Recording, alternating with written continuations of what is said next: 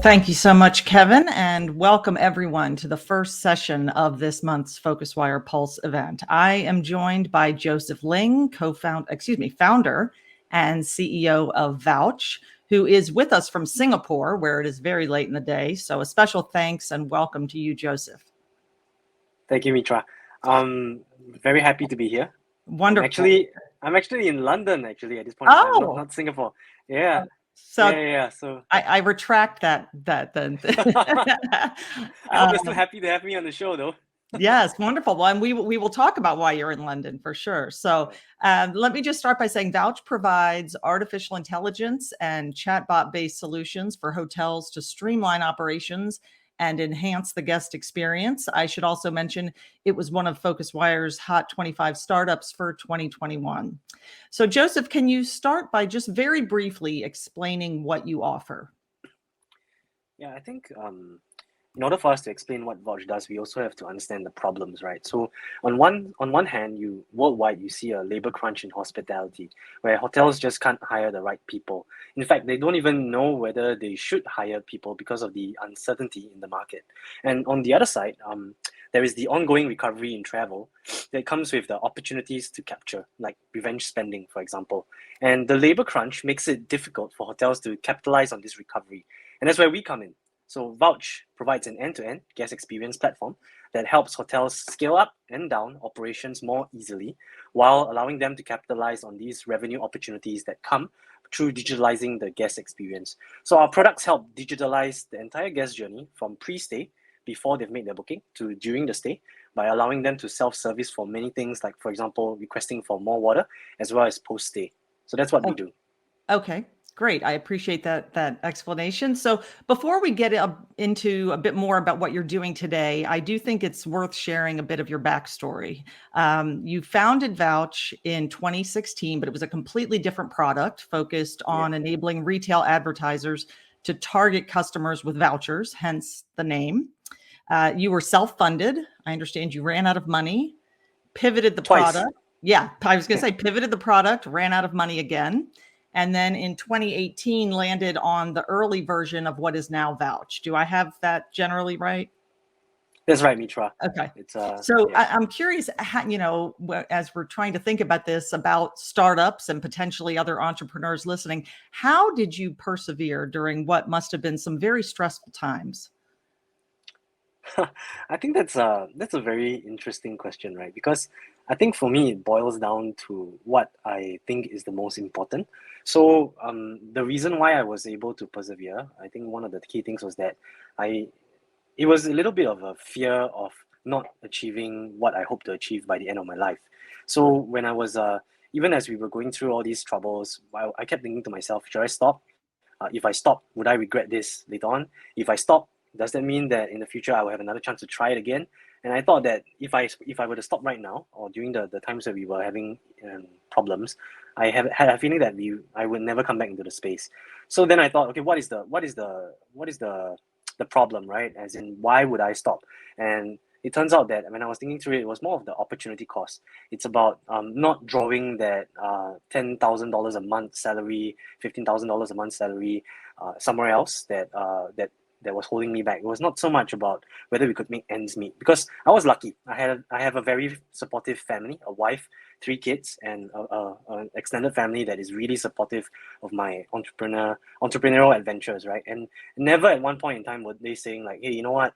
You got to be responsible to us. Come on, you got to be earning some money for us, because we had a small nest egg that we did save up, and that was enough support from the family to keep me going. So it wasn't easy, but it was a simple decision for me because of those factors. Yeah, and I wasn't interested in making that 10,000, 15,000 a month. It was more about making a difference in people's lives, actually doing something to change parts of the world. Okay, well, it is an incredible story of stick-to-itiveness, as we call it, I guess. Some people might call it insanity. Yeah, well, that possibly. Although, where you sit today, it looks fairly smart. So, and we'll talk about that. I'm also curious. You didn't have any prior experience in hospitality, I don't think. So, has that been a hindrance, or has it actually been a help? I think it's both. The lack of experience in hospitality means that when we came into the space, we had zero networks, right? We had no idea who to talk to, why we should be talking to them, what were the challenges that they were facing. But the good side was that we came in and we had a fresh new perspective, because one of the things that we realized in the hospitality industry is it's very entrenched in a certain thinking. One of the reasons why it hasn't really innovated until COVID was because there is this um, there is this misunderstanding that hospitality is about the human touch, right? You need to have a human there to be able to service the guest. But that turns out that isn't entirely true. The human touch is actually the value of the human touch is actually different across different transactions or different activities. Like, for example, most people would probably prefer to use a digital means on their phone to get more towels or request for more water bottles. But oftentimes hoteliers don't realize that. So the fact that we came in from a totally different perspective and we were able to show that, hey, there's a new way for you to do things, and it allowed us to innovate in an industry that was a bit slower than to catch up in terms of innovation. Okay, so as of last fall, when we featured you in the Hot 25 Startups for 2021, I believe you had only raised about $150,000. Now, right. Earlier this month, you had a seed round of 1.1 million. So clearly, there's been some momentum through the pandemic. Actually, can you tell us a bit about that and what's been happening? So there was a lot of momentum. We went from 1,000 rooms. We basically count the market coverage by the number of rooms that we cover with our technology. So we went from about 1,000 rooms in 2020, at the beginning of 2020, to about 15,000 rooms by the end. And we've now gone past 20,000. So there's a lot of momentum. There's a lot of necessity for a product like ours right now. Regarding the investment, I wouldn't really call it a seed round. In a way, it's only seed because of the small size of the round, the relatively small size of the round. But it was a conscious choice. We chose not to raise too much because we had significant revenue streams, and we knew that what we wanted to do, we could do with the money that we raised. In fact, interestingly, the original plan was to raise 1/3 of that value. And because the round was very oversubscribed, we thought, our investors were asking us, what can you do if we give you more? And that got me thinking, right? What can we do if they give us more? And so that's why we ended up raising a lot more than we initially wanted to, and we're using that money effectively right now. Okay, so tell us a bit more about that. What can you do with that money then? Yeah. So the money is actually being deployed in two main spaces. One is in terms of expansion, market expansion. So the reason why I'm in London today is because we're officially embarking on our expansion into Europe with UK as landfall. We're using the UK as the initial market. I'm actually here for an event that's happening next week. We'll be speaking at that event as well. And we're trying to use this as a springboard to then grow into the rest of the EU market. So we're setting up an office here, hiring people here, and starting to accelerate our growth in Europe. The second thing that we're using the money for is product development. Product development in two ways. The first way is for our hospitality product. We're looking at investing in products that can help hotels capture more revenue as the recovery comes back. So we're looking at that, and some really, really interesting ideas that we're pushing out by the end of the year. And the second thing that we're looking at is expansion in more travel verticals. So we're looking at museums and attractions. In fact, some of our products are already deployed at the zoo in Singapore, at all the museums in Singapore, and we're really looking at building out a more full-fledged product in that space. So that's what the money is going to be used for. That's what it's being used for. And I'm very, very confident that by the end of next year, we'll be in a much better place than we already are this year, which is not too bad. Yeah. Talk a bit more, you mentioned several things there that you're working on. How do you prioritize that to-do list? I think it boils down to the kind of strategy that we have, right? How we prioritize it depends on what we want to achieve this year and next year. So one of the things that we are really looking at is, now that we're on the path to raising money, we know, as in that we've already raised money, we know that it's going to be a case of raising in the next round and the next round. So there are certain targets that we need to aim for, and that's what the expansion plan is helping us to achieve, right? We're trying to get more market share. We're trying to grow as fast as we can. We think that the UK and the EU is a great market right now for us to enter, and that's why we're here. So that became a real priority for us. And because our hospitality product, the product that we have built for hotels, I would say it has product market fit at this point in time. We realized that, you know, it's time for us to break into other travel verticals. It's time for us to explore what more we can do with variations of the product that we've built for the hotel side.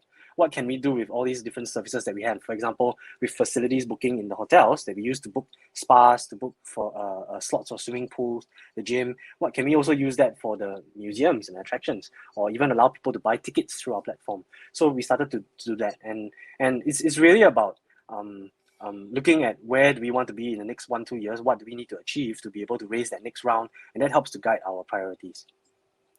I'm curious. So the funding that you just received earlier this month was from a new Singapore-based VC firm called Forge Ventures. Beyond the actual funding, are they providing you other types of support, or how are you working with them? So Mitra, they've been wonderful for us, and I would recommend them to anybody that's listening to this call. So it's a very active relationship where every 2 weeks we get on a call with them. It was something that I requested actually, because I wanted to tap on their knowledge, their experience, their networks to try to help us grow as fast as we can. So every 2 weeks we get on a call. They've been advising us. They've been introducing us to people. It goes far beyond the money that they put into us, and I'm really glad that we have them on the team, because the kind of advice that they've given us has been so valuable, and it's really honest feedback that we wouldn't have gotten if they didn't come on board. Can you just speak briefly about how you've been building your team? How many employees do you currently have, and how are you looking to grow your team? So the way that we've built our team, maybe it would be good to start from when we were really small, when we were 5 people. At the start, what we did was we hired generalists, people who could do everything, people who were more in tune with the startup culture, right? The guys that say, I'm not afraid to do sales, I'm not afraid to do product development, I'm not afraid to do customer success, all at the same time. So we were looking for people like that, people who were innovative, that were adventurous. And then as the team grew, right now we're about 44 people. Okay. We realized that we had to start to specialize. We realized that, you know, these people can't be doing everything at the same time. So then we started to hire for specific roles. Some of the early members started to lead certain teams, and they grew out and learned how to manage those teams and to grow from there as leaders. Yeah. So now we're at a stage where we have very specialized positions for many of the things that we do, whether it's customer success, sales, marketing, or product development. There are different roles that they only work on certain aspects of the company. Okay, we have just a couple of minutes left. I'm wondering if you can talk about what advice you might have for other founders, you know, looking back on this journey that you've gone through over these last few years. Yeah, I mean, my advice: don't do it. No, I'm just kidding. I'm just kidding. Yeah, I think that knowing what I've been through, I think that resilience is really the most important thing for a founder. I mean, the second time that we ran out of money, I remember that my wife told me that she was pregnant with our 3rd child, and it was Oh my goodness. it was a really horrible situation. And at that point, I had sunk in most of my savings into the company as well. So yeah, that's why I said some people may have called it insanity, right? But I was confident. I was confident that, you know, this is something that we should try again, and in the worst case, I could find a job somewhere else. But let me go try it again. So I think that running out of money twice and being through what I've been through, I realized that resilience is really key. I think that as a founder, if you're in it for the money, you can probably pack up and go home, because it's going to be really difficult. If you care too much about opportunity costs, about looking at your friends making lots of money and you know, thinking that I'm going to raise money, I'm going to start paying myself a nice salary, it's probably not going to happen. In fact, from what I've seen, I'm not sure whether it's the same in other countries, but in Asia, in Singapore, where we come from, the common story seems to be founders go 3 years without a proper salary. So it's a tough journey. Yeah, it's a tough journey, especially if you're in Asia. And resilience is really the most important thing. And don't be afraid of not knowing what to do. One of the things that I realized is that there's a lot of realizing that I don't know what I don't know, and then I've got to go find out, and I've got to try step by step to figure it out, and you know, just do it, right? Just get things moving. If you're going to climb a mountain, the most important thing is to take the first step, rather than to just look at that mountain and wish you had better tools, right? Yeah, so that's what I would advise founders. Well, it's a very inspiring story, and we appreciate you sharing that with us. We are just about out of time, so thank you so much, Joseph. Best of Thanks, luck, Mitra. and stay in touch. Thank you. Thanks for having me. Yep. See you Bye-bye. guys.